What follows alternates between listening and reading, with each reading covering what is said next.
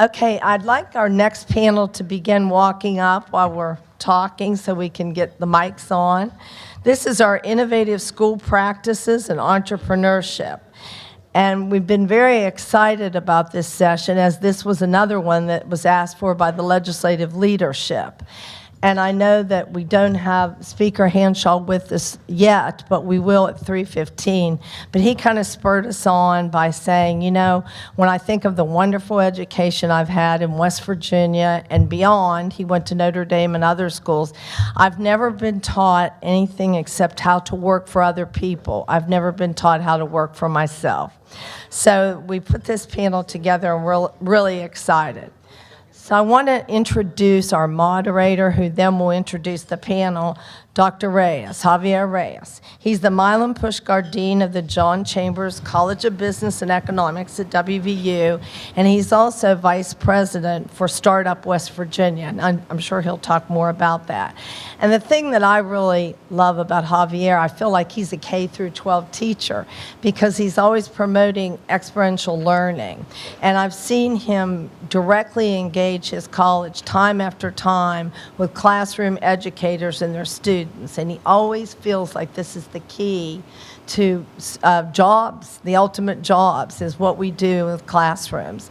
And I think that's really to be admired. And we're so lucky to have his expertise as the moderator.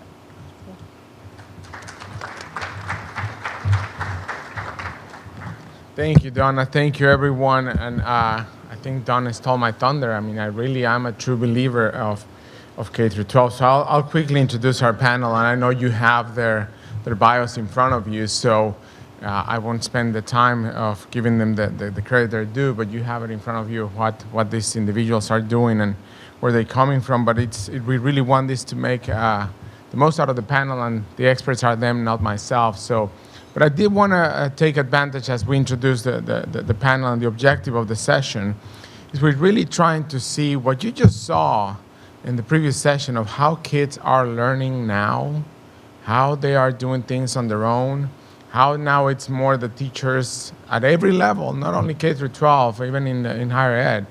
We are more of Sherpas. We're guiding and curate some of the knowledge, and then the students are really starting to absorb on their own. So how do we do that more? How do we not, I mean, all of us have seen this many times in our couches when our kids are looking at their phone. And the first thing that comes to our mind is like, they could be using their time for a better thing. They could be connecting with others. When you ask them how many people they're engaging when they're in their phones and how many conversations they're having at a time, you realize that we may not like it. And we may not necessarily agree that these devices are the best way to create interpersonal skills. But they are communicating, they are learning, they are engaging with their environment in a way that for many of us is not natural. It doesn't come logically, and we don't believe that it's 100% what they should do. The reality is the pendulum swung from spend your time with others all the time to now you have these magical digital devices. And it's time to bring it back to the middle, not all the way to one side or the other, but somewhere in the middle, where we take the innovation that is happening in learning and the technology that is driving our society, and we take it to a classroom environment, we take it to a collegial environment at every level from K through 20 and continuing education, and we leverage it accordingly for what it can do, without forgetting that, yes, it's important to be able to look somebody in the eyes and have a conversation. It's important to be able to write full sentences without emojis. It's important to understand what a meme is, but not overuse it, right? So we have to find the right balance on it, but it's not by saying, enter into a classroom and saying, put your phones away. It's no longer like that. If I try to do that even now at the dinner table, yes, that seems to still be a place where get your phone out of my face and talk to me, right? So then that reduces the time that dinners are lasting because they have to go back. But I wanted just to put a little bit of that is we're trying to infuse innovation. Doesn't mean 100% adoption, but how do you infuse it into a curriculum? And what I want to challenge our panelists today to talk about, and really the conversation from the audience to talk about today, is we all hear of incredible efforts at different schools, different districts, different states. And you can actually say, you run out of fingers in your hands when you start counting that this is one great one, and a great one, and another great one, and this is what we should do. The challenge is, how do you scale it? It can't be that it's just going to work for my school. It's just going to work for my district. It's only going to last until that grant is no longer renewed. It's always going to depend on this grant or that research funding. Yesterday, somebody, and I forget his name, was telling us it's time to stop saying we ought to do, and it's time to say what we're going to do and do it. But if we set ourselves to solve challenges or address the challenges and find answers to the opportunities in front of us for the one-offs that are not scalable, that are not transferable, that are not replicable, it's going to be a problem. So I want to invite all of you in the room and our panelists that I'm going to be judging you on that. Right? Don't tell me one thing that worked for one school because they happen to be by the ocean and then they can go fish every day. How would you do it in every school? How would you do it? And we're trying to bring people from higher ed because we're really partnering with K through 12s.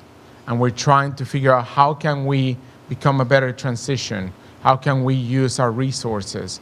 And of course, when we have our panelists from Iowa, I think it does speak volumes when a state like West Virginia looks to other states and say, hey, we're not afraid. We don't have to reinvent the wheel. Something about education that is phenomenal. We love to see what others are doing and replicate it. So we really are looking forward to hearing about what the big schools doing in Iowa and how that program is working. With that said, I know that some of our panelists are going to have I asked them to speak for about 5 minutes, and I'm going to really try to keep them to that. And many of you have seen me in other panels where I say, yeah, your time's up, so don't make me pull the hook on you. We want panels to be engaging with the audience. So audience, prepare questions. It's not fair that I keep them on time and then, okay, questions from the audience, and it's like, oh, all of a sudden I have so many texts to answer in my phone. So please, let's make sure that we engage with the audience. So with that said, I think we didn't talk about the order in which we wanted to start. Do I have a first one that would like to start?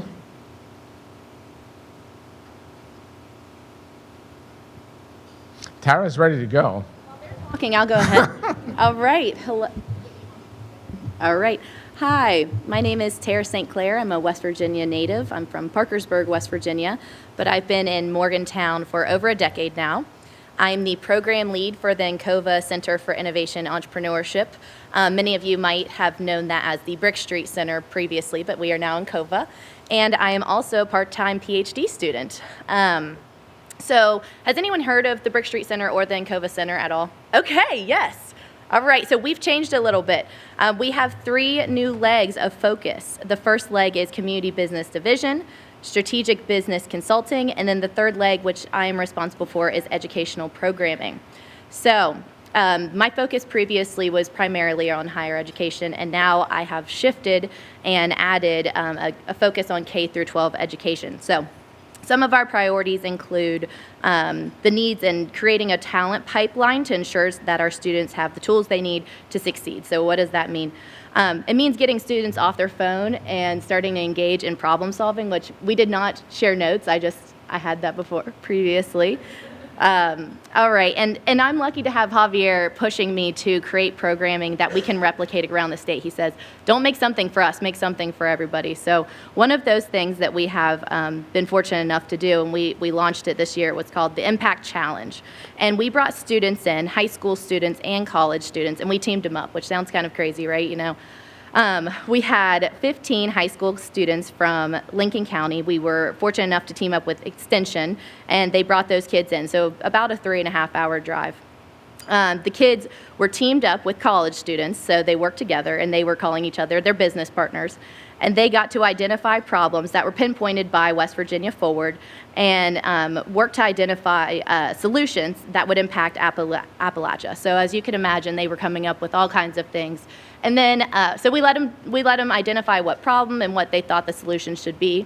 And then we brought in experts. And we brought in legal people, we brought in business people, we brought in engineers from across the state, and they basically ripped them apart and said, that doesn't work, or that already exists. So what did they have to do? They had to pivot. They had to learn to work together. And some of the feedback that we got from, especially from the college students, were, I had to learn what patience was. I had to learn about understanding, and I had to learn about teamwork.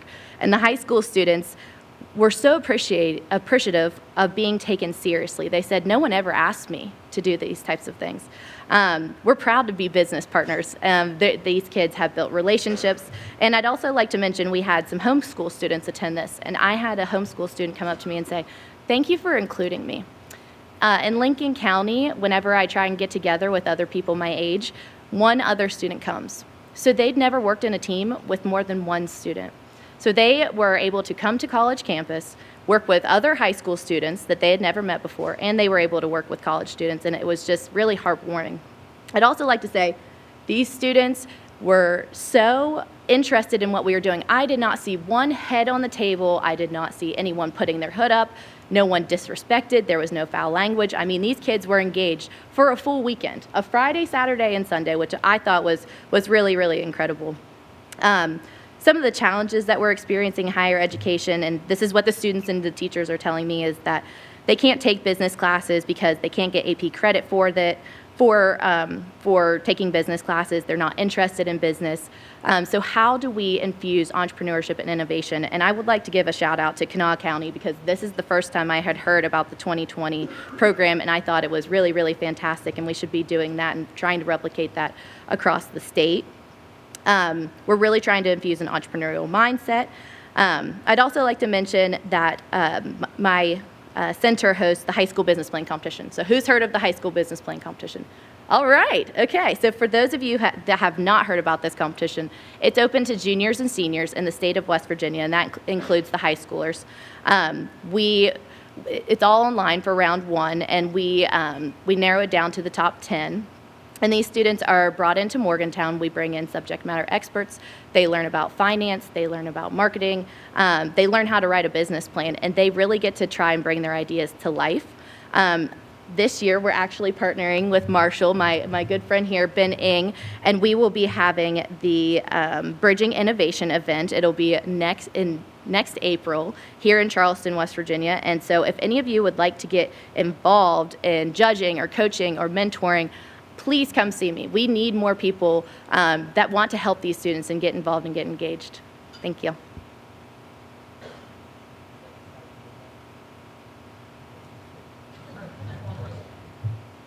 All right, I guess I'll get started. My name is Ben Ng. I'm an assistant professor of entrepreneurship and marketing at Marshall University.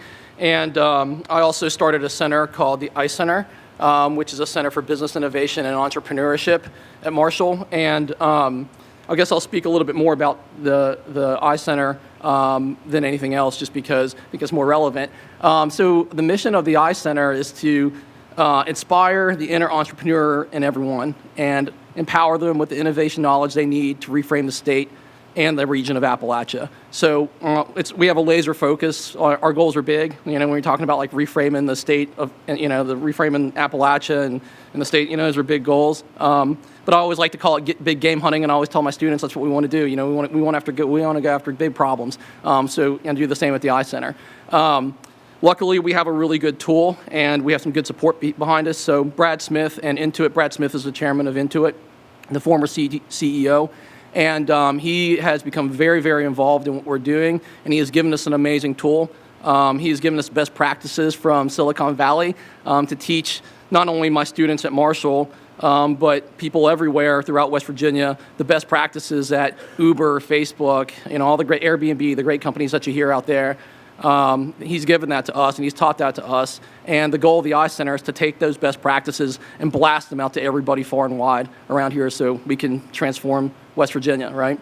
So one of our biggest partners, actually our biggest partner, is Kathy D'Antoni, Dr. Steve Payne, and the simulated workplaces at CTE.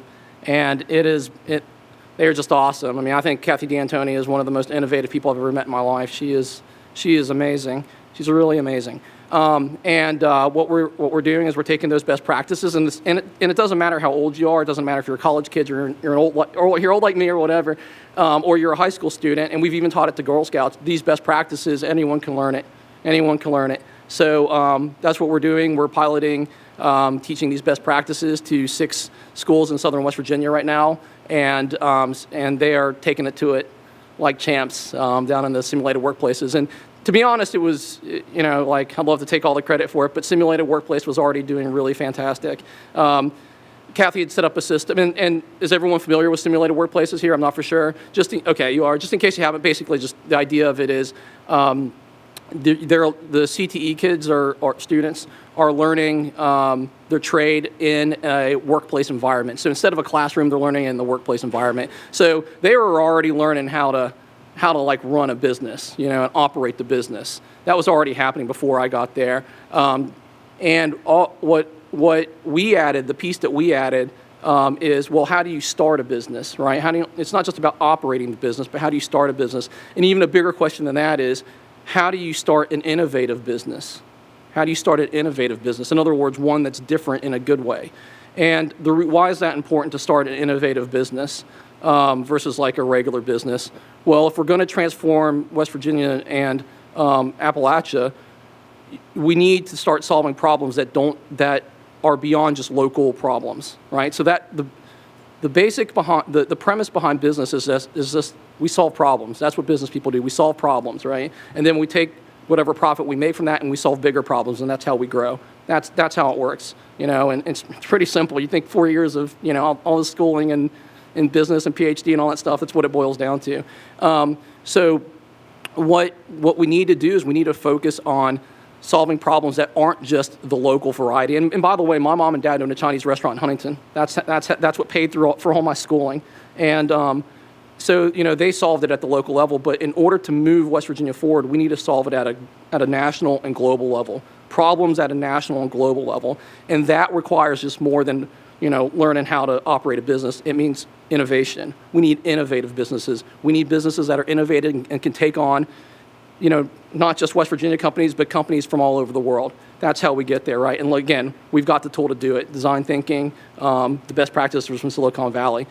So in terms of lessons learned, and it's been an amazing experience working with the simulated workplaces and the kids in the simulated workplace. I kind of want to, as I reflect upon this journey that we've had the last year or so, the takeaways, the first one for me is that we're reawakening Appalachian ingenuity that our ancestors always had, right? So it's always been there, and we just need to pair up that Appalachian ingenuity that's in our blood, pair it with the best practices from Silicon Valley, and let's see what happens, right? I think we're in good shape and we can do that. And I'll just talk just a real quick story that I really remember, and it just sticks out in my head, is when we were trying to figure out what we were going to do, we started with the customer first. We started with the students first to see what they needed.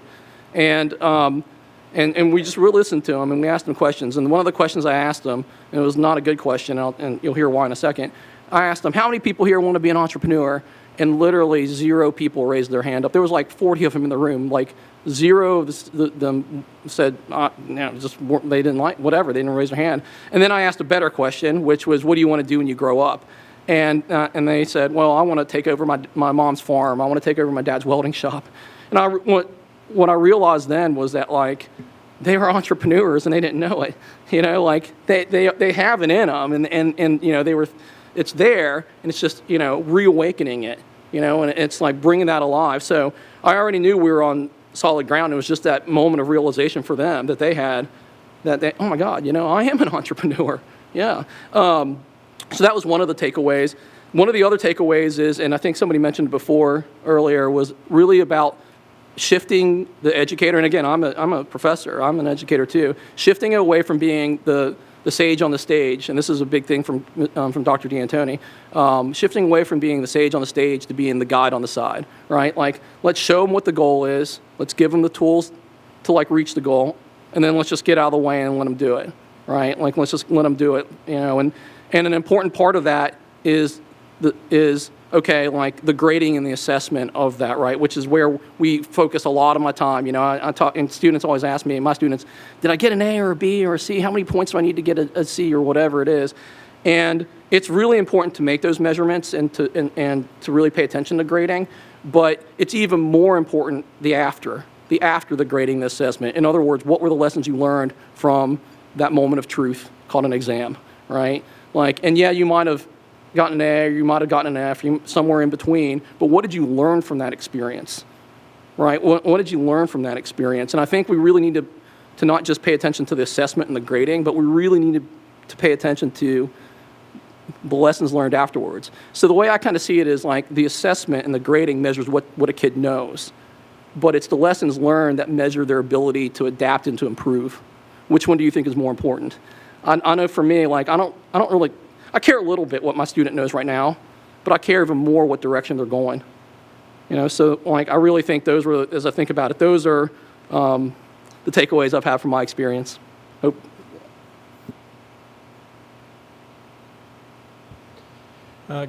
Good afternoon. Pleasure to be here with you. I appreciate allowing Iowa State Cyclone in amongst your midst here. Yeah, we don't know if you're going to make it out alive. I might not make it out alive.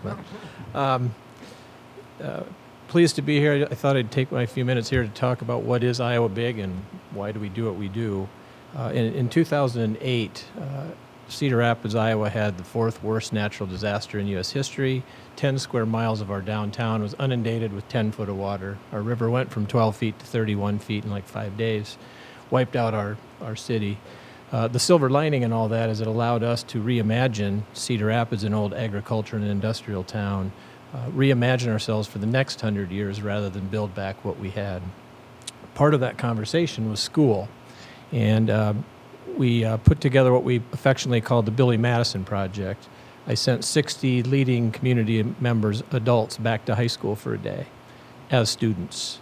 And so they lived a day as a student in 7 of our 25-ish high schools around the area, and then we called them back together. And what they told us about their school experience, their Billy Madison experience, if you're not an Adam Sandler fan, you have no idea what I'm talking about. They said kids are bored, teachers are working their tails off to connect, and all the learning is fake and decontextualized. It's separated out into separate disciplines, and you're solving problems to get a grade or a point or a score, and it's not about building a solar or a wind thing, right? There's nothing beyond just completing that work.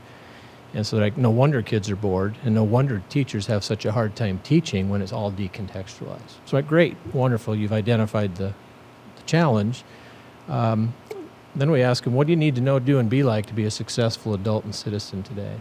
And we got this beautiful list that you would give me if we took 10 minutes to build the list.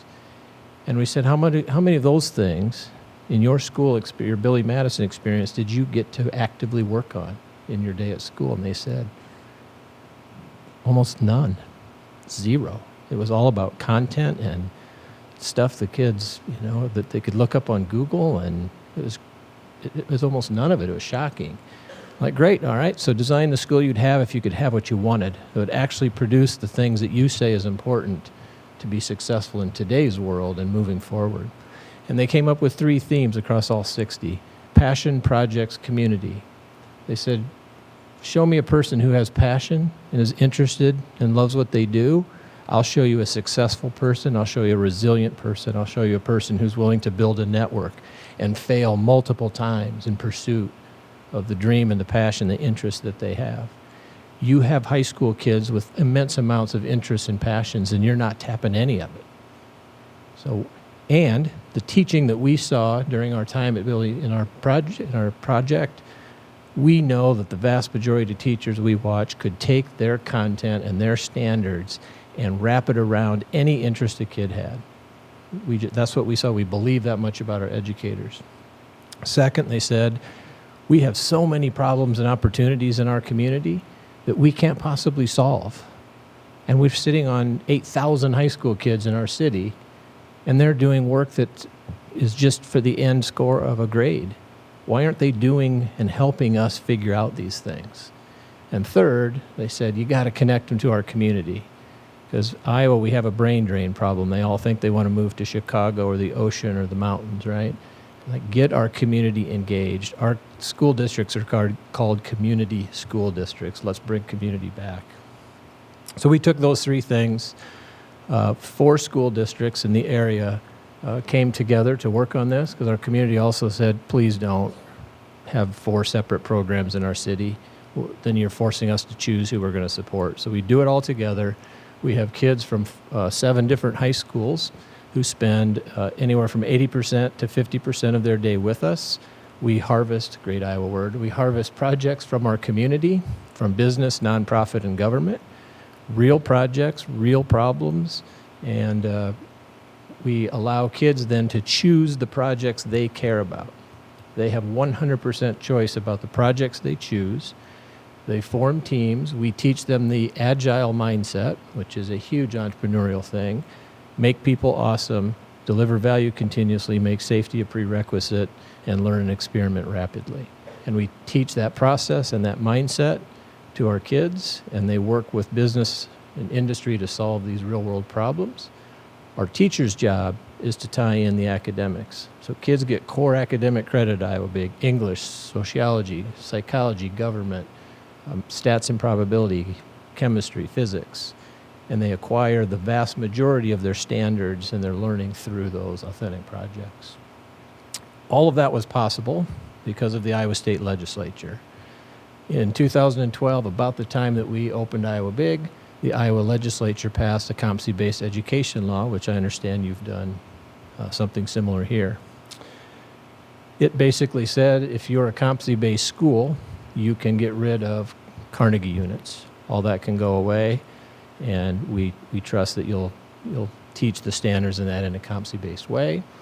It kind of came as a surprise to our DE. They weren't ready for that law. It's one of those that just kind of rolled through quick and had bipartisan support, and I think it kind of surprised them.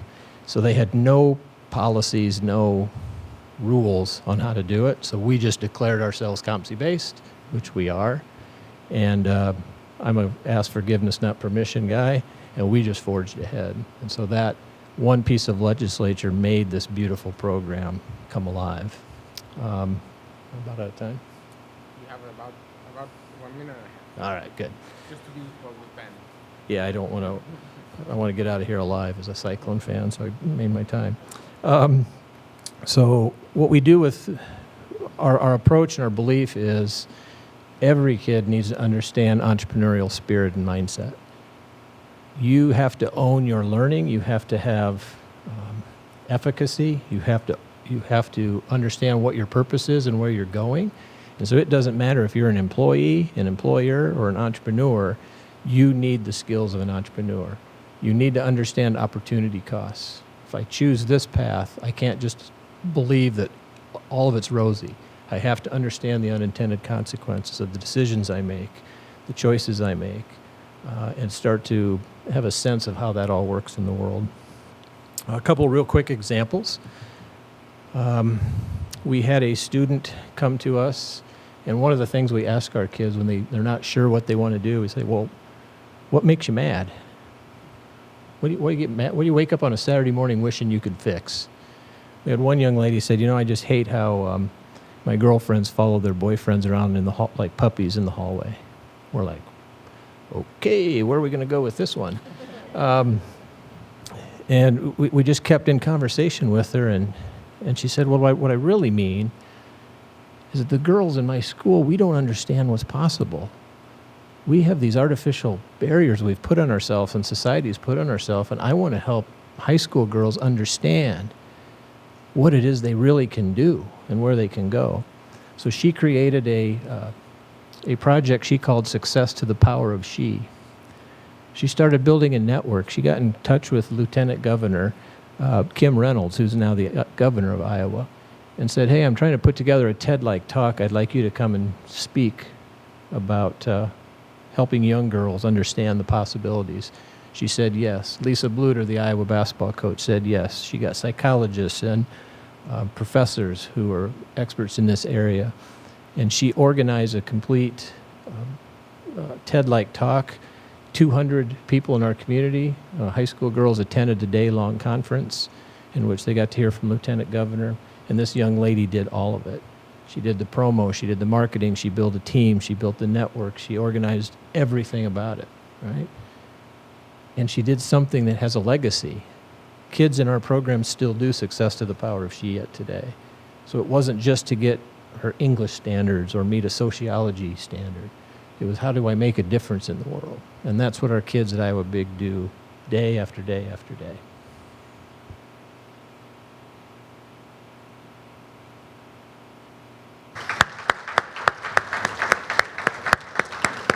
Hopefully you can see why I really want to blow up to the introductions and get them talking, because all of them have really unique ideas, unique plans. I spend a lot of time with Ben and Tara because of what we do with entrepreneurship at the university level and the partnerships we have with Marshall and other universities. But I wanted you to hear, I spent about an hour this morning in the Iowa Big website and just looking at the different parts that you have of prospective students, current students, prospective parents, current parents. It's that level of information that makes a big difference when you're trying to inform your audiences and really give us a sense of what you do. But I want to ask the three of you similar question, and please don't take a lot of time to answer, but you talk about things you do, but I think I know a lot of people here in the audience that would like to say, what did it take to do it? Not time, not passion.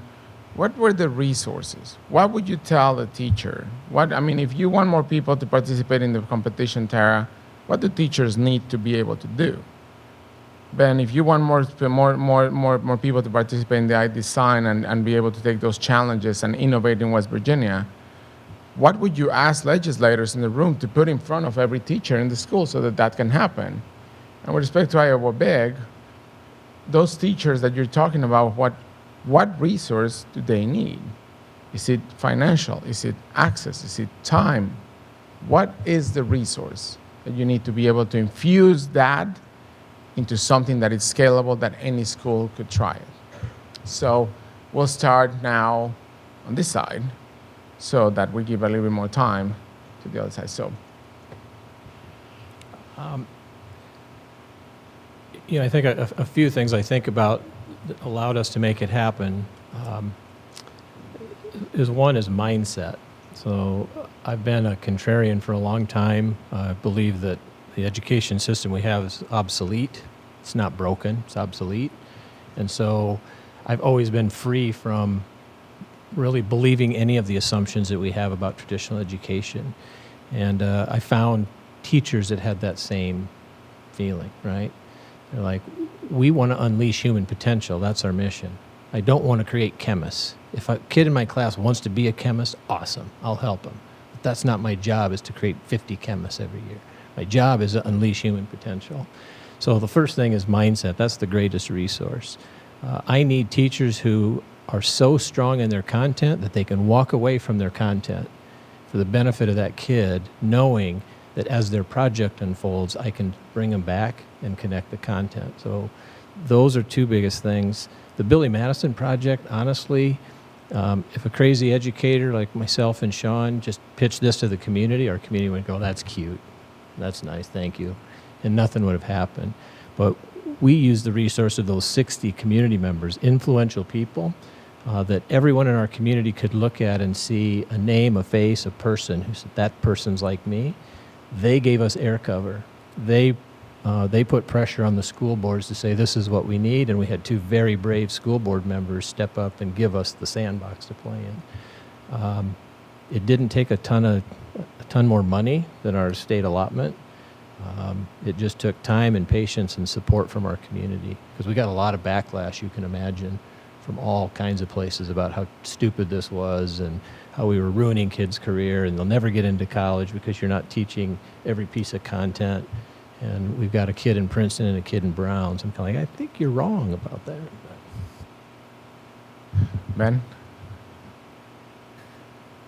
I'll try to limit my inner professor and keep things short. It's tough though for professors. I'm so used to going on and on and on. But in terms of the asks, right, from legislature, obviously, you know, like people are always going to say financial for sure. You know, you need the money to do things, the resources, and you know, in terms of that. But I think before you get to that, like, what are all the things that the steps to getting to that, right? Like, what's important? I think the first thing is honesty, right? Like the honesty to say, hey, you know, we've got problems in West Virginia, but if you think like an entrepreneur, problems are just opportunities waiting to be solved at a profit, right? So the greater the challenge, the greater the opportunity. That's the way I think. That's the way I teach my students to think. But I think like being honest about it and like, hey, let's figure out what the problems are and let's find ways to solve them, innovative ways to solve them. After the honesty, will, right? So now that we've figured out what the problems are, do we have the will to collaborate, to come together and say, this is important. Entrepreneurship is important. Innovation is important. I don't know too much like, you know, what goes on in all the political stuff, but I think it's, you know, a lot of times it's adversarial. I think we get rid of all that and just say, like, how can we come together to make this one thing important to everybody? I think that's important as the will. And then comes the financial piece, right? Because once you have the honesty and the will, then it's like, okay, well, now that we've all decided it's important, let's put our resources into it and let's get it done. So I think that's what I would say in my abridged professor version of it. All right, similar to Ben's. Of course, I'm going to ask for the financial support from the legislative folks, but to expand the existing programs and add new, of course, I'd love to add middle school and elementary school business plan competitions, but not every student has access to the internet. So, and both the competitions that I run right now, round one is done all online, and so I cannot offer that opportunity to every student because they don't have access to enter.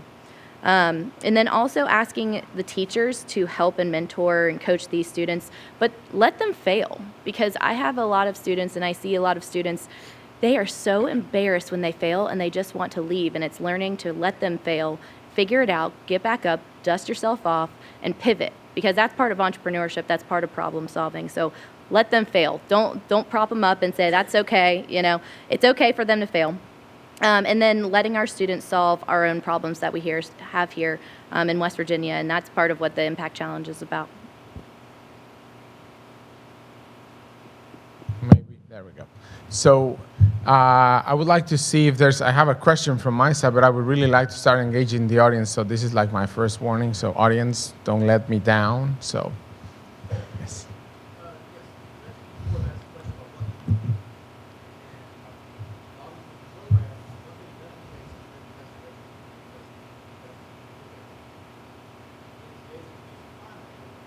Buzzwords. We're looking for the buzzwords. We're looking for the catchphrases, and we have these wonderful programs that we see from another school that we want to expand everywhere else. How do you bring in the most important part of that, the teacher or the educator or the innovator who has tried the buzzwords or those things? How do you bring those naysayers around? What kind of supports can you put in place for that specific resource? I'm going to let from Iowa Big response. You know, that's a great question. What we tend to find, and this is an overgeneralization, but we either find teachers who are very much drawn to what we're doing, and we have teachers who are very much terrified and scared of what we're doing for a whole bunch of reasons. And so our approach has been Iowa Big is an option. It's an option for kids and families in those 4 public school districts. It's an option to choose to teach, so you're never assigned to Big. I have the full ability to hire the staff that I want. And our process, and it's a slow one, has been we just need to show and put the stories of these kids out in front of our community. Because when I ask people, I said, if you think about your son or your daughter, your grandchild, what are the top 3 things you want for them? You know what never shows up on the list? 4.0 student, pass a bunch of AP tests, all this stuff, right? It's always the things, those soft skills, and guess what? That's what gets you hired and fired, right? People don't care how much I know about whatever my degree's in. They only care, can I lead people? Do I care about something? Do I have a passion? Can I work and collaborate with others? So I sounded like a politician. I don't think I really answered your question. It's just a slow process of education and helping people see and not be afraid of these very new, weird things. Yeah.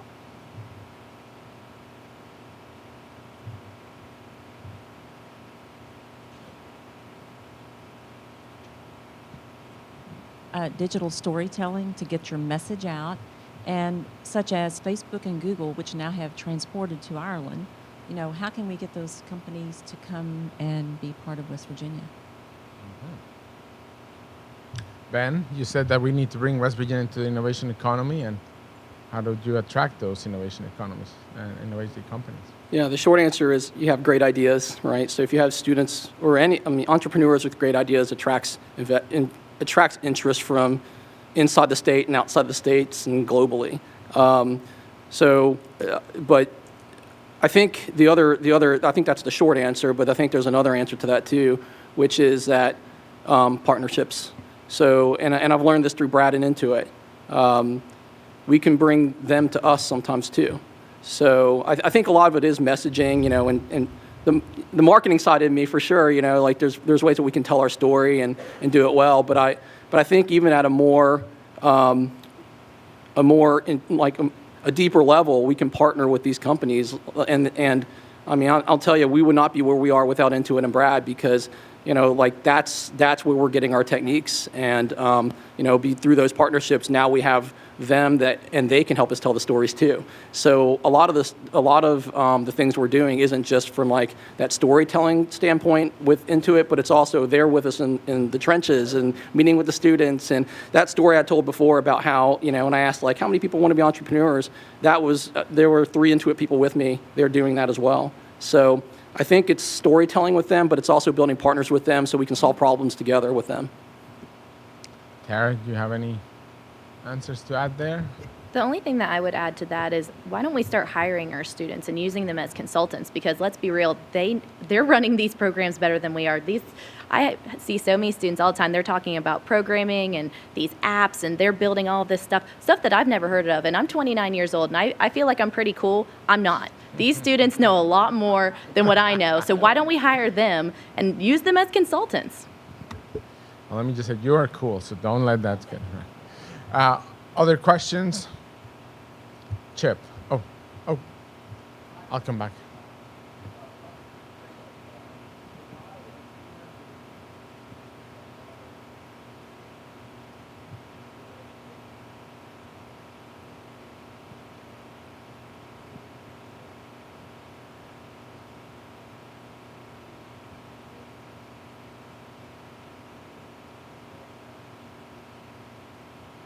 Dr. Pickering, just make sure that you answer that question. We're going to make Chip do whatever you're telling him to do. So, We're very fortunate in Iowa. Both the legislature and the local tech companies, back when E-rate came out in 98, 99, Iowa got very serious. So there's almost no community that doesn't have fiber to its community. So through a collaboration of many companies and organizations in Iowa. So that's been one area that in the last 10 years has become almost a non-issue for us. So that problem's one that we're kind of past, I think. yeah. I teach 4th grade, so I'm going to ask like a lower level question here. Dr. Pickering, something that you said really sparked a question with me, and it was talking about the content, because I know in elementary school I have a list of content that I have to teach. The students are tested on it 3 times a year.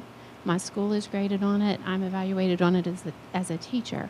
I can tell you if my students are successful or not. So how do we shift that mindset away, excuse me, from a test score defining what our students can do and cannot do, and look more like your system is looking at?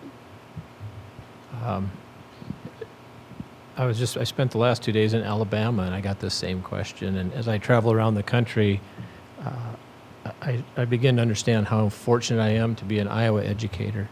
Iowa is a hyper-local control state. Even though we came up with the Iowa Test of Educational Development and all that, and we give the Iowa assessments, like nobody gives a damn. I mean, really. The legislatures they'll yap about it a little bit. The papers will come out and rank the schools, which is ridiculous. But they'll rank the schools on Iowa assessments, and the next day we're talking about the farm economy, or and there's no test to graduate. Teachers aren't evaluated on whether they've met those things. So, my encouragement would be those are the things that you need support with, because. Is it really about getting kids to score well on a test that honestly most of us couldn't pass, if you want to really be honest about it? Or is it about developing human beings who can make things happen and create things? And so I feel blessed to be in a state that we have a few limitations, but by and large, we just don't have those things. We had a Department of Ed director who just drug her feet all through the No Child Left Behind to try to keep us out of that, and bless her and the legislature for doing that. So I think Ben and Ted, you have done programs that are not necessarily in the academic side, but summer programs, and you do now the one with CTE. Ben, how do you assess, and how would that be then provided to teachers that they can use that as their learning outcomes around it? How would you do it? Yeah, so right now, like we give them workshops on a business innovation process that teaches them the innovation and entrepreneurial skills, so they can start up a business. And kind of similar to it sounds like to his initiative, it's whatever they're passionate about. They pick a problem they're passionate about, they innovate a solution to solve it, and they build a business behind that innovation. At the end of the year, what ends up happening is, and then throughout the year, they're iterating it, and they're improving it, and they're making it better. Because in the workshop, they're not going to create the iPhone that day, So it's like we just wanted to give them the tools so they can fish. We're not going to give them the fish. So throughout the year, they fish. And then at the end of the year, what ends up happening is there's going to be a showcase, and the showcase is going to showcase all the various ideas that exist that have been created in the last year, and there'll be ribbons and panels and judges in various criterias, because there's an infinite ways they could innovate. And after the showcase, once the top teams that come out of the showcase will go on an entrepreneurial expedition, probably to Intuit or to an area that has great startup culture, so they can get feedback and they can get coaching on their ideas, so they can progress them forward. So I guess the judging is the assessment, but really I think the second piece, the entrepreneurial expeditions, where they can get coaching to move it forward. Again, it's about the lessons learned. It's the assessment, but then it's the lessons learned afterwards to keep that thing going. So that's the roundabout way that we assess it, and also reward them at the same time for what they're doing. I'm not let you go that easily.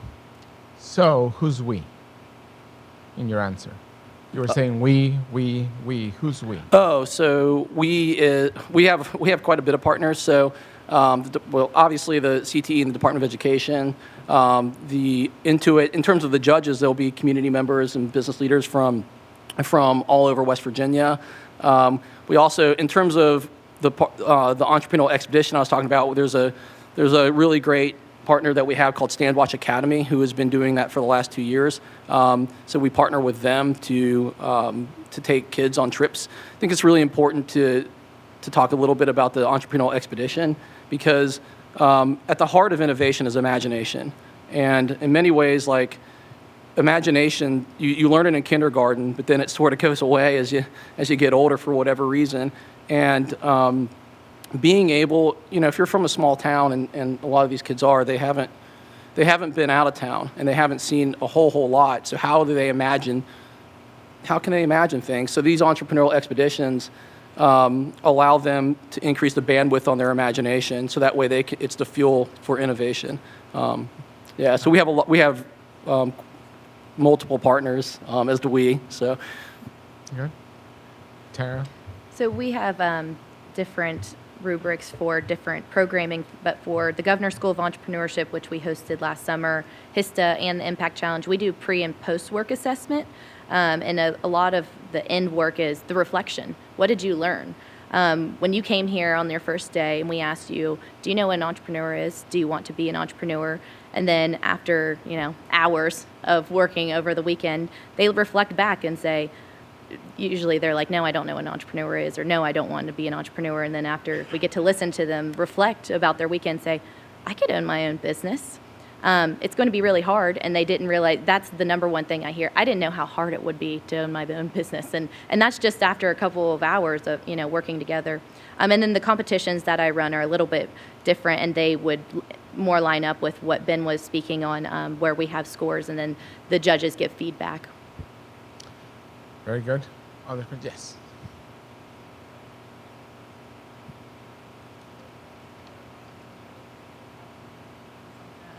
And the federal government is responsible for huge amounts of dollars in funding for education in West Virginia.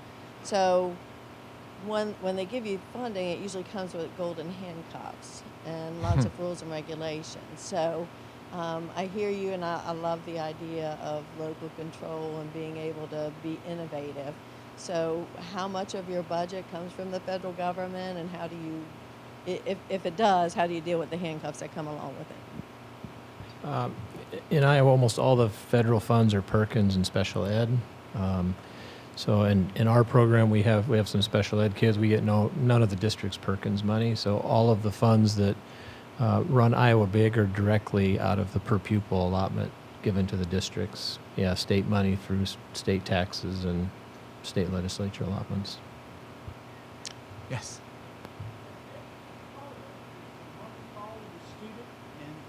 Is Iowa Big a charter school specifically, or just very similar to a charter school?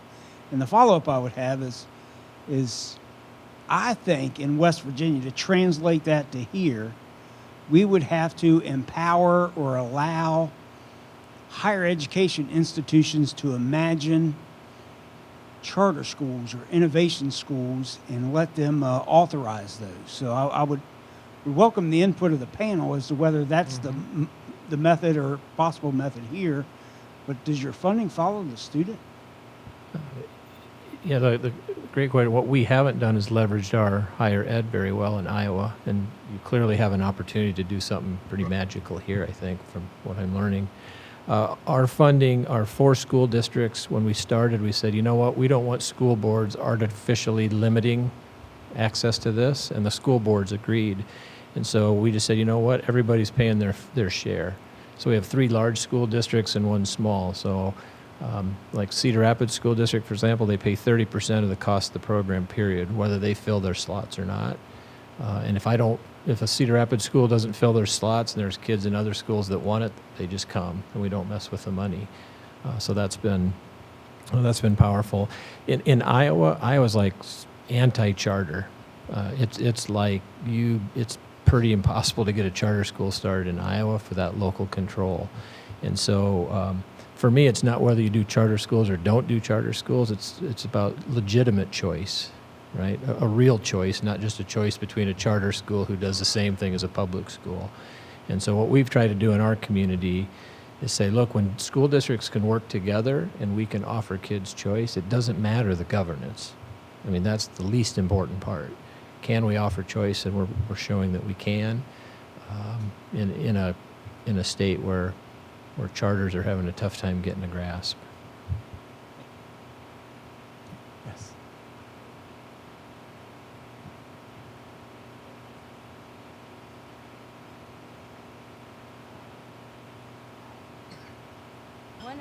One of the hugest barriers, and I'm certain that the legislators are aware of this, is we are able to really train students, and they know what they're doing. They can go out and they can get a good job.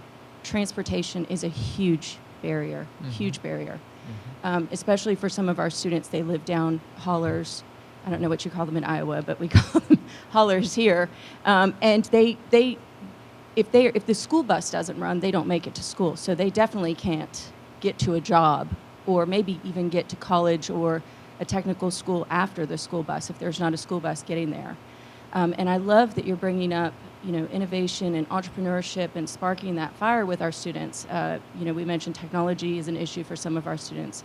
Transportation definitely is. If a kid wants to get their license, then their parents are discouraging them from getting their license because it boosts their parents' insurance. Did you guys know that?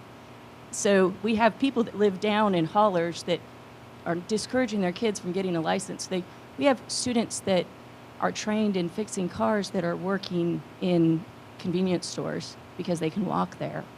So it's a huge issue. So when you're talking with students about sparking their innovation and their creativity and their entrepreneurship, what are you doing, or how are you discussing about being creative about transportation, or what are some accesses that they can do?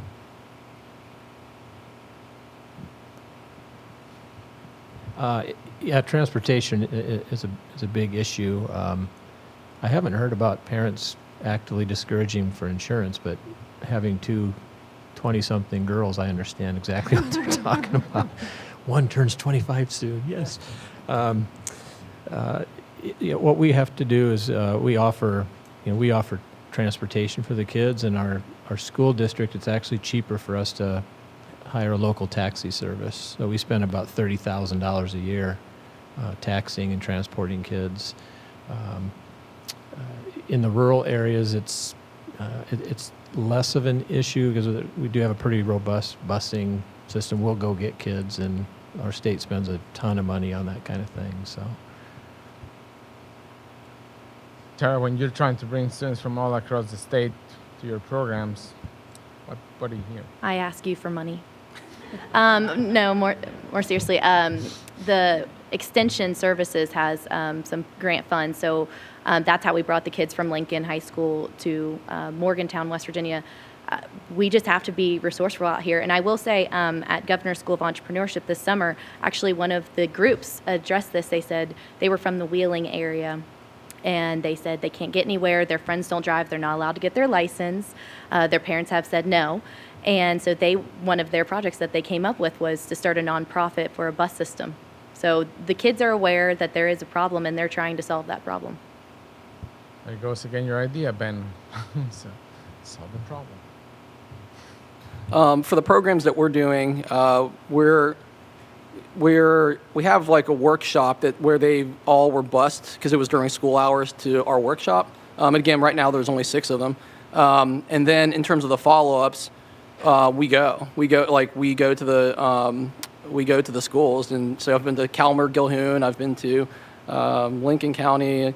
I've been to all these schools, and we have partners also that go to these schools as well to follow up with them. And I've got some student fellows, some college students and it's their chance to learn as well by doing this. As we scale, that becomes logistically tough. So we're looking at like virtual models. Can we meet through Zoom rooms and things of that nature to do our follow-ups and to make sure that they're iterating and improving their business. Very good. One last question before I go into a summary, and then ask the panelists if they want to have any last remarks. So any questions, or we go to last remark? Going once, twice, go. Okay, why don't you guys give your last remarks a couple of minutes if you want, then I'll try to summary what I heard. Tara, go first. You just want me to summarize? No. What do you have anything to add that you didn't get to talk about? There is one thing that I didn't mention. Dr. Gene Colson with Entrepreneur Ed has done some excellent work with the America's Entrepreneurial School Program. Has anyone heard of that? Yeah, it's a really cool program. And Speaker Hanshaw's county, they had 6 of their schools in their district became America's Entrepreneurial Schools in 2018. So I did want to shout that out because that's really incredible. And there's, as I mentioned, Dr. Gene Colson is doing some really excellent work, and we're really proud to partner with him. Good. Ben? I just want to thank everybody thank Gina and everybody for having this conference, and for you all being here today to talk about these really, really important issues, because education and entrepreneurship are the two big levers, in my opinion, to transforming the future. So I appreciate everybody for being here today and discussing these topics. Let's keep it going. Thank you, Ben. Dr. Pickering? Yeah, I just say thank you. It's been nice to be with you. I think it's something special when legislatures and educators get together to talk about this. The presentation during lunch tells me that you've got lots of amazing things going on here. And advice to educators, yes, you have to talk about funding with legislators all the time. What they really want to know is what other variances can they make? Where can they give you opportunities to relax some things that allow you to do some of these things that may not have a lot of money tied to them. So thank you. It's great work. I look forward to seeing what happens here in West Virginia. Thank you. And I wanted to really try, I was taking notes as I was summarizing, trying to see how you put things together. And it's interesting that as our speakers, panelists were talking and the questions that were coming online from the audience, I've heard similar things in a different context. And I think a lot of this will make sense as we go through this, but you need to have a mindset. You need to be honest about yourself. You need to have time to ponder and reflect. You need to have some resources. You need to have flexibility. You need to have a goal of achieving something that you would like to impact. I would like to invite all of you, legislators, educators, corporate, private, just citizens here, go read about sandboxes. Go read about sandboxes and then ask yourself, why is it that things happen in the fintech industry? All of a sudden, fintech became huge, and now everybody can transfer money from their cell phones. Well, it took legislators in Boston to be able to say, we're going to create the fintech sandbox. We're going to allow financial institutions to work together to circumvent some restrictions that we have right now on how transactions and financial transactions can happen. All of a sudden, now you have a fintech industry that has transformed our world. When you look at the sandboxes of now, we're trying to create sandboxes for data analytics in the healthcare industry. Well, we know we have insurance companies, we have the healthcare industry on one side, and there's someone in the middle that it's very important for both of them called patients, right? And we need to figure out how can they actually work better and have more efficient transactions, information flowing from both sides. Now there's been sandboxes being created for that kind of data. Why are we, all of this, everything that has been described here, individual efforts, why wouldn't they happen in a sandbox? What's the important thing about a sandbox? Well, a sandbox then is created within a specific environment in which people interested in solving the project or the issues can get together, exchange ideas, find resources to propel the best ideas, and then launch them. What I would try to ask all of you to think about here in the room is, okay, who are we given that opportunity? When you look at fintech, we're looking at those individuals who were mathematicians, finance majors, engineers, and we gave them the sandbox. When we're looking now at the people that are trying to do robotics, automation, AI, we create the sandbox and we give it to a scientist. I would like to invite all of you to think about who's the scientist on this. Who's the entrepreneur to solve our issues in education? They're sitting right in front of us. They're the teachers. Why don't we create a sandbox for teachers? We know we have done Finance University. We know we have done entrepreneurship, where we tell the teachers, we're going to come, you come here, come to Charleston, come to Morgantown, and we're going to give you financial literacy education materials that you can take back to your schools. We provide funding for it. BB&T has provided funding. Wells Fargo, different companies have provided funding for that. Why wouldn't we take the teachers over the summer and say, here's some money, here's some resources, what would you like to do? Create a sandbox for the teachers. What we cannot put on top of them anymore is to add one more program that is going to happen in the middle of the semester of the school year. They need time to think. They need time to spend on their own with other teachers. The only way that this will be scalable is if we have teachers from multiple counties working together to find solutions so that they can actually spend the time, be honest with each other, have time to reflect, provide the resources that they need with money and finance, and then tell us, how do I get around the internet lack of connectivity? How do I get around the lack of transportation? What are the resources I'm going to need? How is this going to affect and be able to be put on top of my classroom? So my invite to you is the same invite that I gave legislators when they talk about entrepreneurship. Don't give me a guy, where's Guy, because he's going to throw something at me when I said this out loud. Don't give me one more investment fund to invest in startups. Give me a fund that I can use to hire people that can coach startups. Build an infrastructure to do that. That's what we need.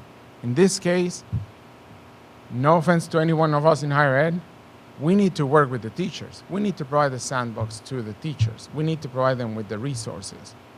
Because I will tell you one thing, you can continue to rely on higher ed to do many programs that we do for the high school kids and the middle school. But my question to Tara, Ben, and Dr. Pickering is, for all those programs, how many teachers were in your program? How many teachers did you brought 50 kids to the Governor's School for Entrepreneurship? Maybe we want to bring 50 teachers to the Governor's School for Entrepreneurship, train them, and then they can train the 5,000s. So that's something that I would like you to, let's mimic the sandbox model. Provide the resources to those that can scale it. Those are the teachers that we have in front of us. And now Donna stole my thunder of my opening, which was, why am I so interested in K through 12? We spend a lot of time in West Virginia saying we're going to bring more jobs and we're going to bring industry and we're going to open more companies and we're going to keep our own and we're going to stop the brain drain. What is the first thing that any young family is going to look for in the place where they're living? Schools. I can tell you, if we do not solve this issue, if we cannot make our schools consistent, attractive across the state, we will never be able to move into an industrial, innovative West Virginia. It starts with this education. It starts with the kids, and it ends with education. It ends with the kids. So I would like all of you to really hunker down on that and figure out how do we give them more time, more resources, level the playing field across different counties, across different parts of West Virginia. And then go look at the video that was put by Procter & Gamble of why they opened their plant in West Virginia. How many of you have seen that video? There's like 25 to 30 kids in that video. And they're all young families. We can bring more Procter & Gambles into the state, but it all starts by serving their families. It starts by serving their kids. It starts with the education in the K through 12. If we solve K through 12, education at the higher ed level will take care of itself. So with that said, I'll stop. And I want to thank all of you, Donna, Gail, the venue that you provide us to bring these conversations to the table and have this level of attention right at the time when legislative session will begin in a couple of months. It's invaluable. I applaud you, and I know that sometimes it feels hard to get the sponsorships and get the place and get the attendance. Whenever you feel like, oh, I'm tired, just give me a call, and I'll tell you, I don't care, keep doing it because we need it. So thank you very much, everyone.